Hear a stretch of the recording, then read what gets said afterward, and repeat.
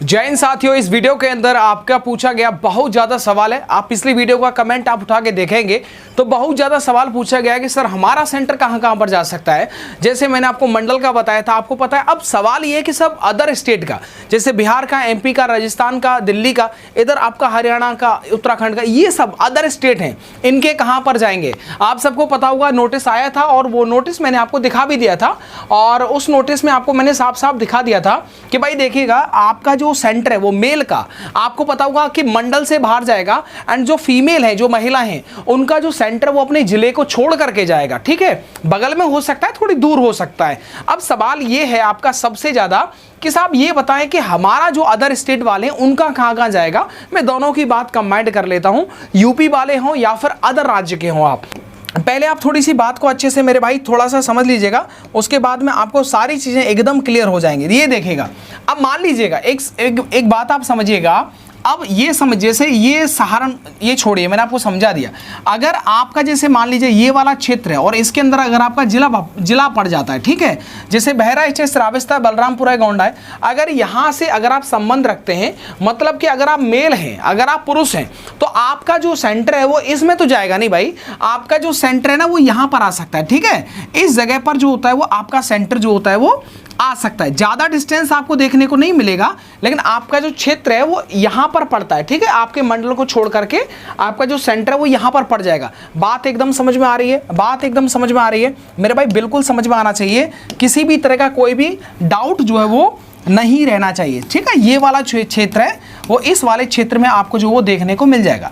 अच्छा जी, इसके बाद में सर जी अब मैं आपको एक उदाहरण और दे करके समझाता हूं ताकि स्थिति एकदम साफ हो जाए और आपके मन में किसी भी तरह का कोई भी डाउट नहीं रहना चाहिए। ठीक है, कोई भी डाउट नहीं रहना चाहिए। मान लीजिएगा अगर आपका क्षेत्र जो है वो ये वाला पड़ जाता है, जिसके अंदर अलीगढ़, हाथरस, एटा, कासगंज आ जाता है, अगर इसके अंदर है तो अगर आप पुरुष हैं तो मेरे भाई यहाँ पर आपका सेंटर नहीं जाएगा। आपका सेंटर यहाँ इस वाले क्षेत्र में जो है वो आ सकता है। ज़्यादा से ज़्यादा लखनऊ तक का क्षेत्र जो है वो कवर कर सकता है। ये पुरुष की स्थिति मैंने बता दी। एक और ले लेता हूँ मैं आपका, अगर आप आजमगढ़, मऊ और बलिया से संबंध रखते हैं तो इधर न जाकर के आपका सेंटर इस वाले एरिया में आ जाएगा। ठीक है, इस वाले एरिया में जो वो आ जाएगा। बात एकदम समझ में आ रही है? कोई दिक्कत नहीं है, दिक्कत नहीं होना चाहिए।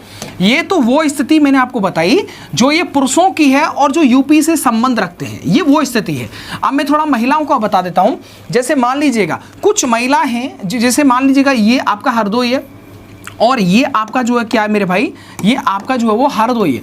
अब ये वाला जो हरदोई, मान लीजिए हरदोई डिस्ट्रिक्ट है और हरदोई डिस्ट्रिक्ट को छोड़ करके बाकी जो महिलाओं का ज़्यादातर अमूमन जो सेंटर होता है वो दूर नहीं जाता। तो ज़्यादातर जितनी भी महिलाएं ना भाई, हरदोई को छोड़ करके बाकी जो आसपास के जो जिले हैं, इन जिलों के अंदर आपका सेंटर आ जाएगा। महिलाओं का सेंटर ज़्यादा दूर नहीं जाता। यूपी पुलिस का ही रिकॉर्ड है, अब तक का रिकॉर्ड आपने देख रखा होगा।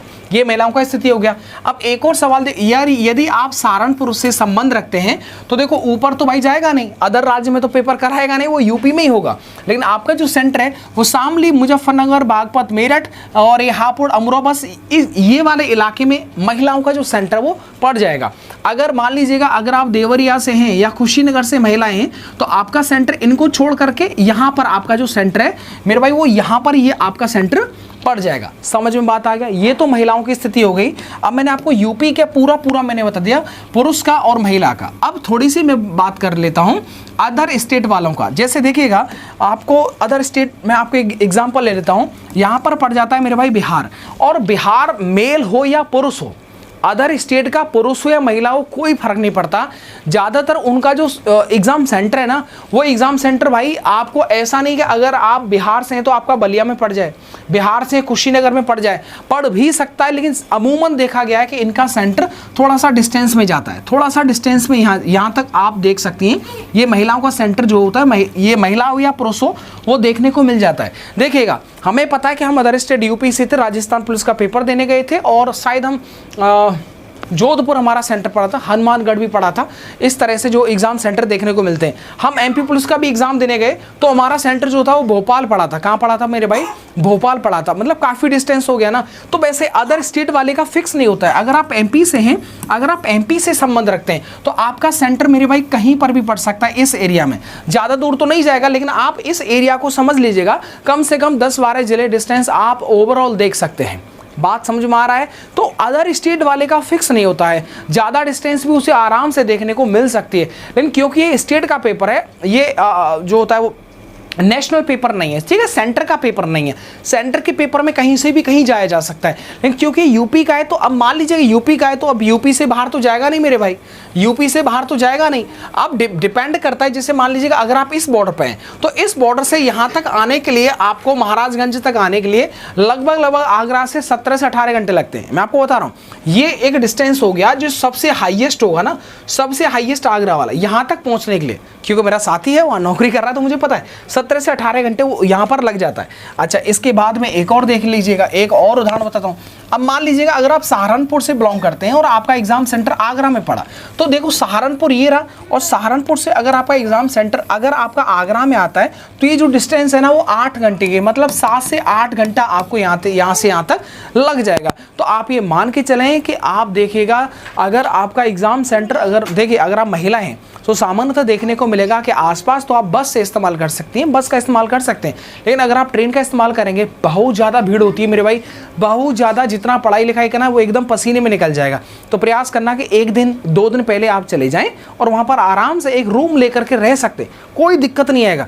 मेरा सेंटर जो था वो आगरा से, मेरा सेंटर बनारस पड़ा था। कहाँ पर पड़ा था मेरे भाई?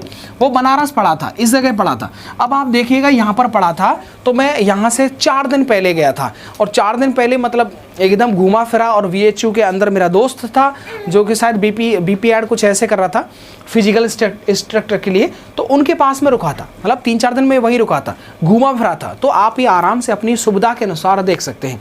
समझ में आ गया? अब आप ये कहें कि भैया मैं आगरा से हूँ और मेरा बता दो सेंटर कहाँ जाएगा, तो ये तो कोई नहीं बता सकता। आपको मैंने बता दिया, पुरुष है तो भाई यूपी में कहीं पर भी जाएगा, लेकिन अगर आप महिला हैं तो आप मान लीजिएगा कि आपका सेंटर यहाँ से ज़्यादा दूर नहीं जाएगा। ठीक, ये वो एरियाज़ हैं जो आराम से 5-6 घंटे में कवर किए जा सकते हैं। मैं बताना चाहूँगा, ऑनलाइन अगर आप तैयारी कर रहे हैं, प्रैक्टिस चाहते हैं, तो टेक्स्ट बुक पर एकदम सेल चल रहा है, और इस सेल का नाम है फ्यूचर ऑफिसर सेल, जो कि 1 साल के लिए आपको जो है टेस्ट पास प्रो मिलेगा। क्या मिलेगा?